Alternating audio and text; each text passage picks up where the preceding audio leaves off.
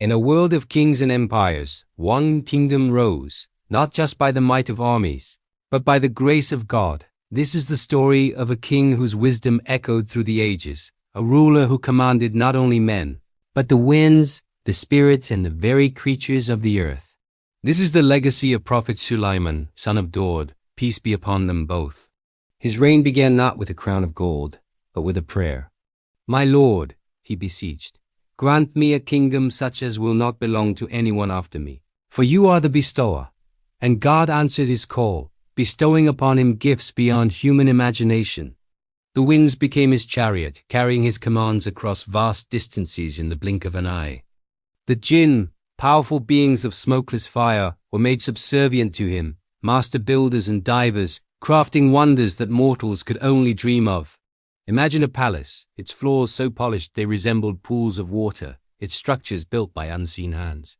This was the seed of Sulaiman's power, a testament to the blessings he had received. Yet, amidst this unparalleled grandeur, his heart remained tethered to his Creator.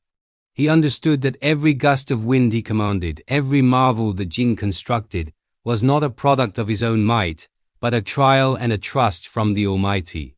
His power was a responsibility, his wealth a test of his gratitude.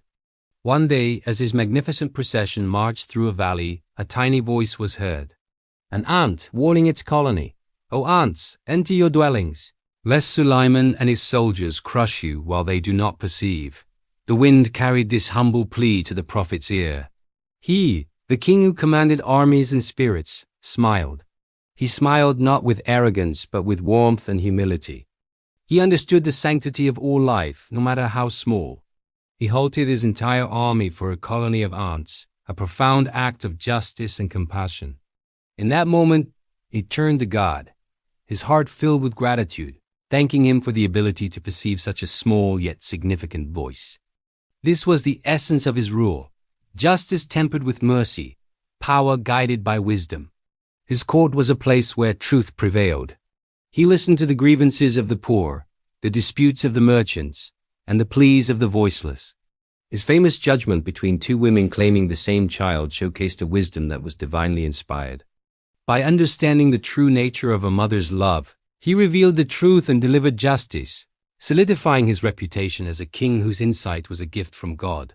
But perhaps the most telling tale of his kingdom is that of the Queen of Sheba Bilqis. A powerful and intelligent ruler in her own right, she presided over a kingdom that worshipped the sun. When news of her reached Sulaiman, he did not seek conquest, he sought to guide. He sent her a message not of threat, but of invitation, in the name of God, the most gracious, the most merciful. "Do not be arrogant against me, but come to me in submission." Intrigued and cautious, the queen decided to test this mighty king. She sent him extravagant gifts, hoping to gauge his character. But Sulaiman, blessed with riches beyond her comprehension, was unimpressed. "What God has given me is better than what he has given you," he declared, his focus remaining on the ultimate truth, not worldly treasures. His response was not one of pride, but a gentle reminder of where true value lies. When the queen finally decided to visit him, Sulaiman prepared a reception that would be a sign for her.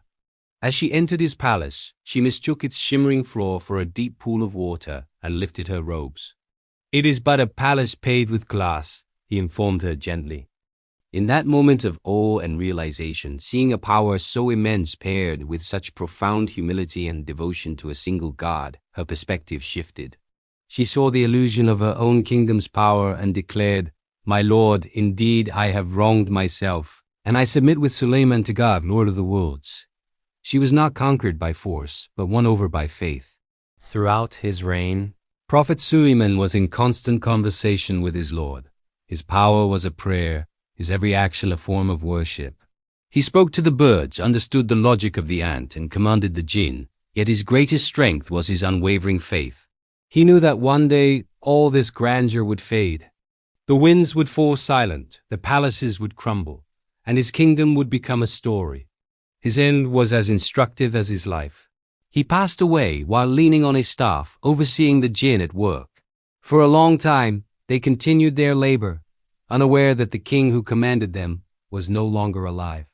It was only when a tiny creature, a termite, gnawed through a staff and his body fell, that they realized the truth.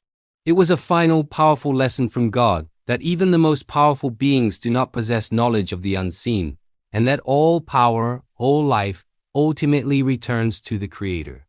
The legacy of Sulaiman is not just in the tales of his wondrous kingdom. It is a timeless lesson in humility, a reminder that true strength is not in what we control, but in our submission to a higher purpose. It teaches us that wisdom is found in listening to the smallest of voices, that justice must be the foundation of any authority, and that the greatest blessing is not wealth or power but a grateful heart. His story inspires us to look beyond the material world, to seek wisdom in our leadership, and to remember that all we have is a trust from God. It is a call to be grateful for our blessings, to be just in our dealings, and to live with a sense of purpose that transcends our own fleeting existence.